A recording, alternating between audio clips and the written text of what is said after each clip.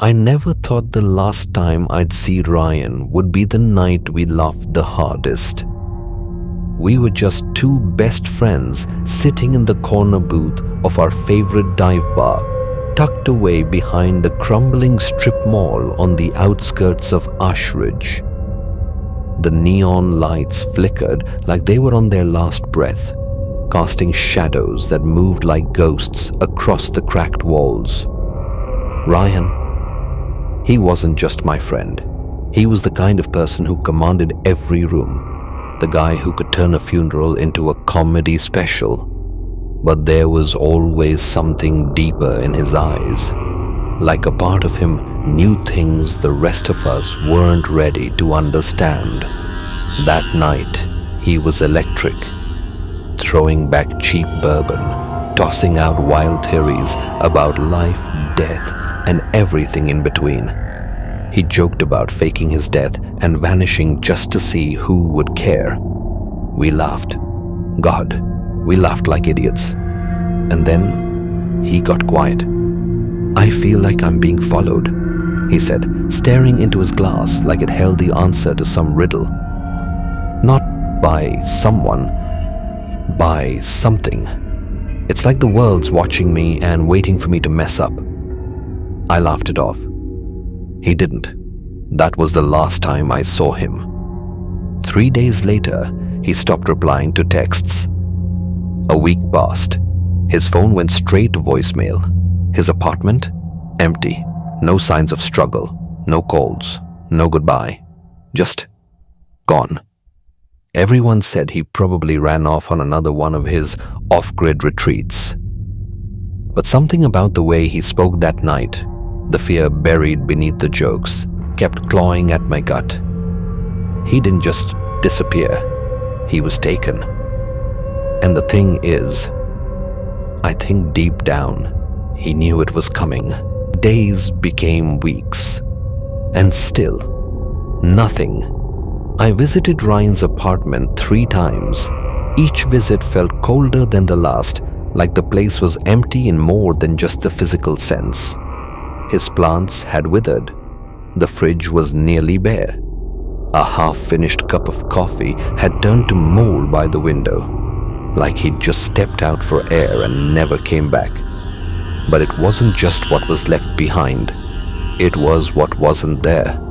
His laptop, gone. His notebooks, cleared out. Even his trash had been emptied. I reported it to the police. They opened a missing persons file, but you could see it in their eyes. They didn't care. Just another guy who probably skipped town. No signs of foul play. No blood. No broken locks. Just an eerie clinical absence. But I knew Ryan. He wasn't the type to vanish without a word. He had a sister, Emily, and a mom who checked in every week. He would have said something. The days after his disappearance were strange. I'd get phone calls at 3 a.m. The line would crackle with static and then click. Gone. Sometimes I'd wake to my front door slightly ajar, though I was sure I'd locked it. Then Emily called. She'd been cleaning out Ryan's old storage unit, found a laptop, one he kept hidden under a false floorboard in his closet. "This looks old," she said, like really old, dusty, scratched up, but there's no password I know. When she dropped it off at my apartment, I held it like it was radioactive. I didn't know it yet, but that device, it wasn't a clue. It was a trap door into hell. The laptop clicked as it booted up, groaning like something long dead had been awakened. A password screen blinked in front of me. I tried everything. Birthdays, inside jokes, his dog's name, but nothing worked. For 3 straight weeks, I obsessed.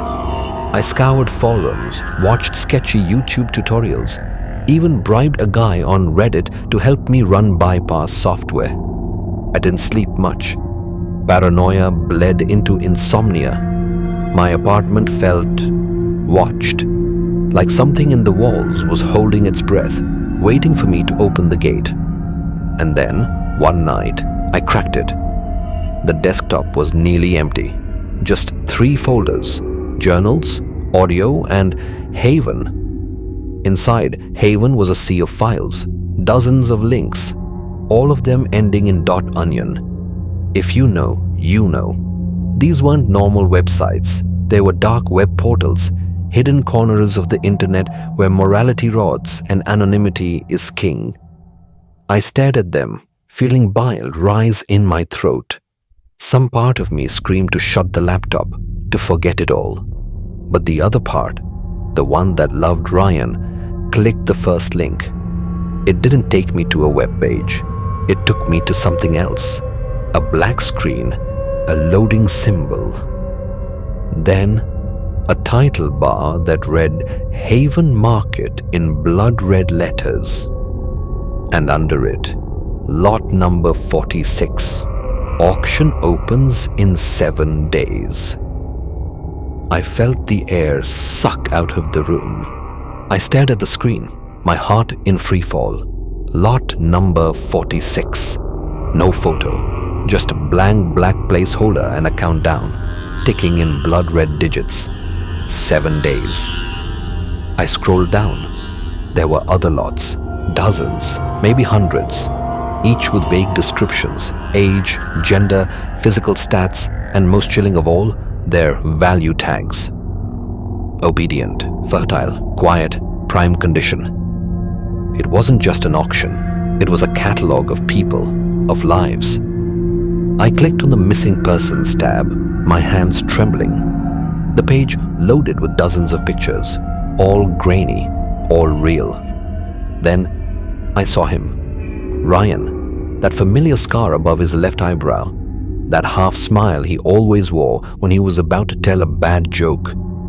There he was, filed like livestock. The listing read, lot number 46, male, 27th, strong build, spirited, ideal for long-term containment. Starting bid, 30 Bitcoin. Bitcoin. They weren't using money. They were trading human beings in cryptocurrency.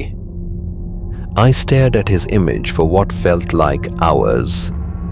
Not blinking, not breathing. Ryan wasn't missing.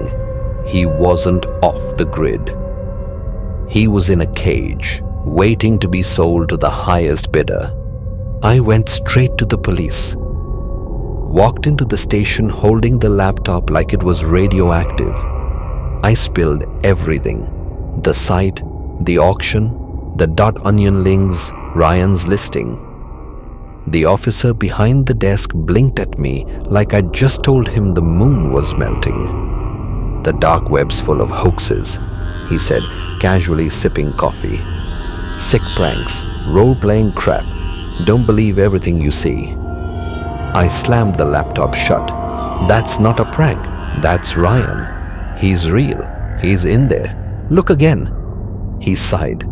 We'll open a report, he muttered. But we can't chase ghosts on the internet. I walked out, shaking. Rage, helplessness, horror. Even Ryan's family didn't believe me. Emily tried to be gentle, but her voice was hollow. Maybe you're grieving in a different way, she said softly. We all are. But this sounds like a rabbit hole. But I'd seen it. I couldn't unsee it. I couldn't sleep. Every time I shut my eyes, I saw his face, trapped behind the screen, silently screaming. So I dove deeper. I downloaded TOR again, tightened my VPN, bought a burner laptop and rerouted my signal across 5 countries. I spent hours in digital filth, forums filled with cryptic usernames and soulless avatars. And that's when I found him. Void Walker. He was a name whispered in threads like a legend, someone who helped people track things that weren't meant to be found. I messaged him everything. No reply for days. Then, finally, a ping. What are you offering? I didn't have much. just desperation. Everything I have, every cent, just help me find him. Another pause. Then, send BTC and pray you're not already too late. I did it. I sent my life savings, converted it all into cold digital blood. What he gave me in return? An invite-only link, one that led to a deeper layer of the web, a place called Haven. The link opened like a trapdoor into hell. Haven, that's what the site was called. Clean interface, no flashing pop-ups, no gore, just sterile organization, almost corporate. That's what chilled me the most. It was structured, professional. You'd think horror would come with blood, with chaos, but no. This horror wore a suit and tie. The menu was simple. Auctions, transport schedules, buyer reviews, lost assets live feed. Each section felt like a kick to the stomach. I clicked on auctions. There he was, lot number 46, still there. Only now, there was a countdown timer. 22 hours, 14 minutes, 37 seconds until he was sold. Under his photo were new descriptors. Male 27, spirited, no known health issues, ideal for relocation or training. Verified bids, 41.3 Bitcoin. The live feed section was locked, buyers only. The transport schedules were code-named vague. No addresses, just drop zones and transit routes. And then I saw the review section. Dozens of buyers praising Haven like it was a luxury retailer. My lot arrived early, no bruises, excellent condition. Quiet, adaptable, would purchase again. Minor resistance, easily broken, 5 stars. I nearly vomited. I backed out, sick, cold, dizzy. Ryan wasn't lost. He was trapped in a system. One that was bigger, darker, and far more organized than I'd ever imagined. I knew I couldn't wait. I had less than a day to do something. I scoured the forums looking for anything. Clues, addresses, locations. Most threads were dead ends, but then I found a user. Lot 46 Watcher. He messaged me directly. Looking for number 46? I froze. My heart raced. Yes, where is he? Info isn't free. Of course, no one in this world does anything out of kindness. How much? 2 grand, Bitcoin, final answer. I wired it in less than an hour. He sent coordinates. A warehouse on the outskirts of Bridgeport, far enough from the city, near the port, forgotten and decaying. That night, I packed a flashlight, a crowbar, and every ounce of courage I had left. I parked 3 blocks away. The warehouse rose like a monolith of rust, silent and breathing in the dark. As I approached, I heard nothing. Not a single sound. The inside was worse than I imagined. The air was stale, like iron, like old sweat, like fear. Rows of cages lined the walls, some large enough for a person to lie down, others barely enough to sit. And inside them, people, men, women, children. Some stared blankly, some whimpered, some clawed at their cages like rats. I choked back a scream. One man saw me, eyes wide, lips trembling. Please, don't leave us. I ran from cage to cage, but Ryan, he wasn't there. Then I heard it, a voice behind me. You're not supposed to be here? I turned. A man in a balaclava, holding a gun, stepped from the shadows. He raised the barrel. Lot 46. You're too late. I didn't wait. I swung the crowbar with everything I had, cracking his arm. The gun fired, deafening, shattering silence. Sparks flew as the bullet ricocheted off a cage. Screams erupted. I ran through the rusted halls, through corridors of human horror. I didn't stop until I burst into the night air. But behind me, A van roared to life. The tires screamed behind me. I sprinted through alleys, my lungs burning, legs pumping like pistons. The warehouse was now a tomb behind me, filled with forgotten souls. The van's headlights tore through the fog as it hunted me. I could hear the growl of the engine, feel the heat of its beam on my back. I ducked into a construction site, half-built skeletons of future buildings. Behind a concrete pillar, I collapsed, gasping. Footsteps, crunching gravel, getting closer. I texted one thing to myself in case they found my phone. If I die, it was Haven. The footsteps paused. Silence. Then, the sound of the van door sliding shut. They left, for now. But I knew the truth. They knew my face now, my name, my scent. I wasn't a hacker or a hero. I was prey. I made it home just before sunrise. My hands trembled as I locked the door, blocked the windows, and turned off every light. My phone buzzed. Unknown number. A photo. It was my apartment, taken from across the street, from minutes ago. Then a message followed. Last warning, stop digging. I stared at the image. Every light in the room seemed too bright. Every creak of the floorboards made me jump. And then, a notification blinked on my burner laptop. Private message on Haven. Username, Lot 46 Watcher. You want to see him again? I stared at the screen, heartbeat in my throat. Yes, please. The reply came seconds later. Auction ends tonight, 10 p.m., one shot, come alone, or lose him forever. Attached was a video. I clicked. It opened in black and white. A warehouse room, chains on the wall, and Ryan, chained, bruised, but alive. He looked straight at the camera. Please, I don't want to die in the dark. And then the screen cut to black. I had less than 12 hours. I packed what I could.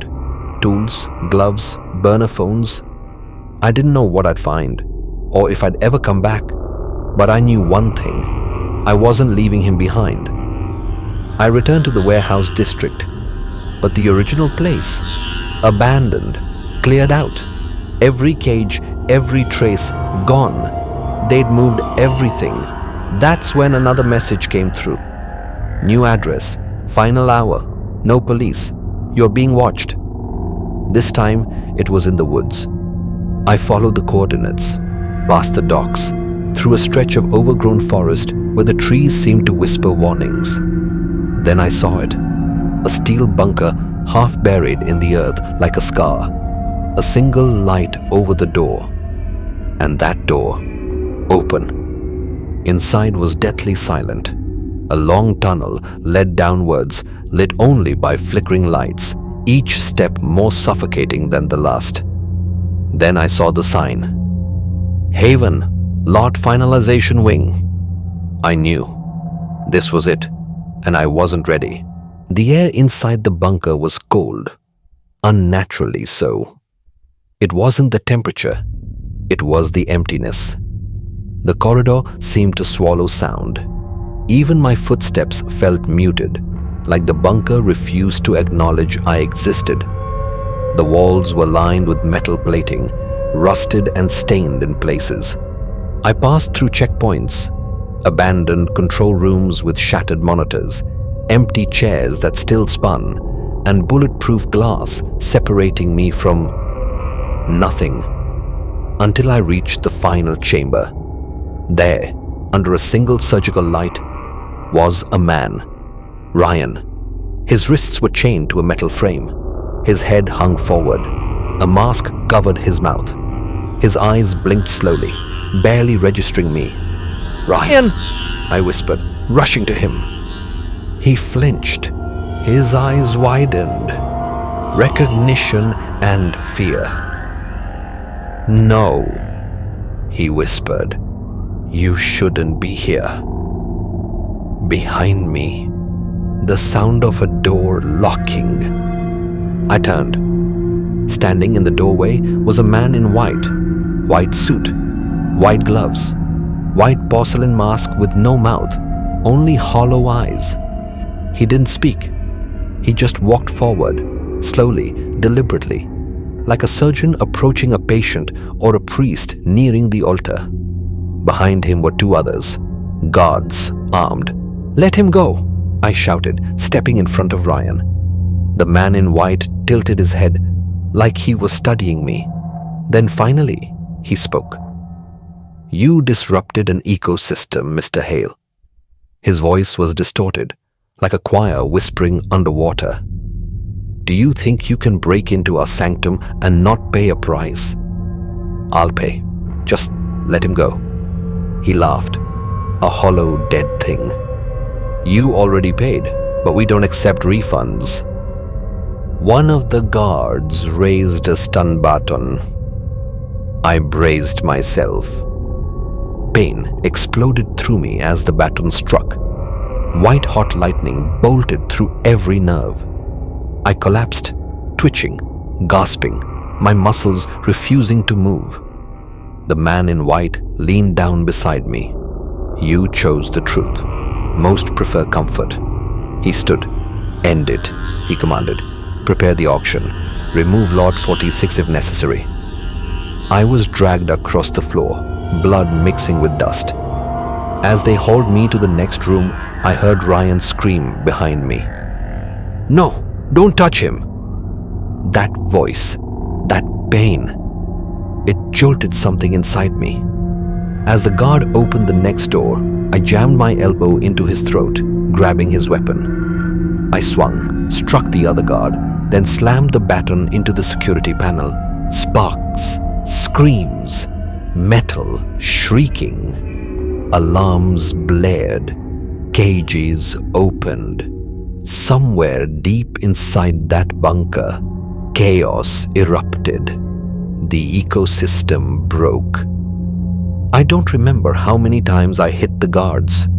All I knew was survival. And Ryan. Prisoners staggered from open cages, half-starved, eyes hollowed out from weeks or months of darkness. Some screamed, some cried, some just ran. The alarms were deafening. Lights flashed like lightning strikes. I rushed back to Ryan, cutting the chains with keys taken off a guard's belt. He collapsed into my arms, whispering, "You shouldn't have come back." "Then I guess we die together," I said. Gunfire echoed down the hallway. The guards were regrouping. I grabbed Ryan, flung his arm over my shoulder, and we ran, limping, dragging each other through tunnels that seemed to shift like a maze. Then, the voice. "Do you really think you can leave?" The man in white stood at the corridor's end, calm amidst the chaos, unmoved. "You belong to Haven now, both of you." He raised a sleek pistol, silver, almost ceremonial. I stepped in front of Ryan. Number, not anymore. I fired first. The pistol I'd grabbed from a fallen guard kicked back in my hand. The shot grazed the man in white's shoulder, tearing through his pristine suit.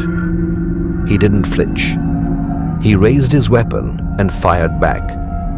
I tackled Ryan into a side room, the bullet slamming into the wall where we'd just been. "Where do we go?" Ryan asked, coughing blood. "There," I said, pointing to a maintenance tunnel, half-flooded, lined with rusted ladders and hanging wires. We crawled. Every breath was a struggle, every sound a warning. Behind us, the guards were coming again. I could hear them barking orders, heavy boots slamming metal. Then, a rumble. A gas line, ruptured in the chaos, ignited. The tunnel exploded behind us in a wave of heat and thunder. Screams. The bunker began collapsing. Dust choked the air. A siren whined like a wounded animal. We kept crawling until finally, a door. I burst through the rusted hatch and into the night. Cold air hit my lungs like a rebirth. Ryan stumbled behind me, coughing, falling to his knees. Behind us, Haven was burning. The bunker, that nightmare, crumbling under its own evil. I looked back one last time, and in the flames, I swear, I saw the man in white watching from the shadows. Not running, not dying, just waiting. Ryan gripped my hand. "Is it over?" he asked. I didn't have an answer, because truthfully, I didn't know. We didn't speak for hours. Ryan and I had made it to a rundown clinic miles away from the bunker's burn zone. I told them we were hiking and found him injured in the woods. They didn't ask many questions. He slept for a day and a half. When he finally woke up, he looked at me, really looked, and whispered, "You came back." His voice cracked. His eyes welled up. I nodded, unable to speak, because I didn't come back for closure. I didn't come back for answers. I came back because I couldn't live knowing he died alone. But deep down, I still felt like I'd failed. Ryan was alive, but he wasn't the same. Every sudden sound made him flinch. He couldn't stand closed spaces. He wouldn't sleep with the lights off. And every now and then, he'd stare at nothing and mutter, "They were watching. Always watching." I didn't ask what he meant, because I knew. Weeks passed. I took Ryan somewhere remote, a cabin I'd inherited from my uncle in the northern hills. No cell service, no Wi-Fi, just trees and silence. We tried to live, tried to forget, but Haven doesn't forget. One morning, I went to chop firewood. When I returned, Ryan was staring at my laptop, the one I'd kept locked and hidden. "I heard something," he whispered. A voice from inside. I looked at the screen. It was black until it blinked. A single message in blood-red text. "Lot 46 recovered. Bidding resumes soon." I slammed the lid shut, but it was too late. The forest around us didn't feel quiet anymore. Every crow's call sounded like a signal. Every snapped twig was a footstep. Every shadow, a watcher. That night, Ryan didn't sleep, and neither did I. We left at dawn. Again. Because once you've stepped into Haven, it always knows where to find you.